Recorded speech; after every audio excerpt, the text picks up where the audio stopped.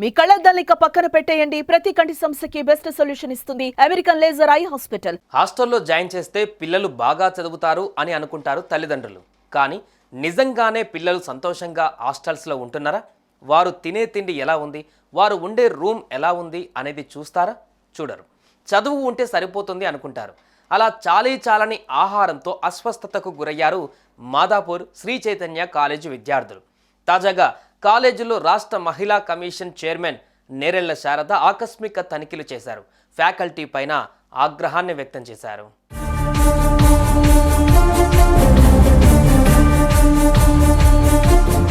హాస్టల్లోకి వెళ్లి చూసిన నేరెళ్ల శారద ఒక్కసారిగా షాక్ అయ్యారు. ఇరుకు గదుల్లో 4 బెడ్లు వేసి పిల్లలను జైల్లో ఉంచుతున్నారా అని ప్రశ్నించారు. వెంటిలేషన్ లేదు, కిటికీ లేదు, వెలుతురు వచ్చే దారే లేదు అని ఆగ్రహం వ్యక్తం చేశారు. ఇలాంటి గదుల్లో మీరైతే ఉండగలరా? ఇల్లు తుడిచిన గుడ్డను అన్నంలో పిండితే మీరు తినగలుగుతారా? స్టూడెంట్స్ను మనుషుల్లా చూస్తున్నారా అని సీరియస్ అయ్యారు. పిల్లలకు సౌకర్యాలు కల్పించండి, కారణాలు చెప్పకండి అని క్లాస్ పీకారు.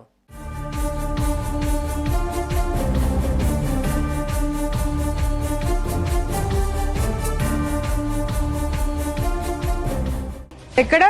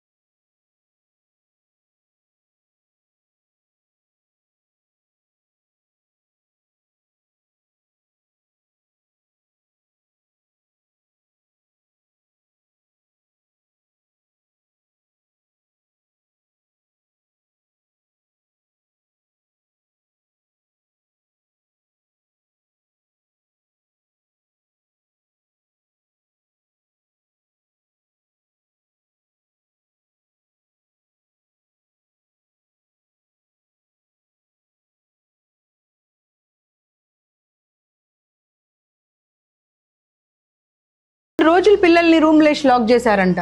మీరేం తప్పు చేయకపోతే మా కార్ కనిపించగానే మీరు లాక్ ఎందుకు చేశారు చెప్పండి.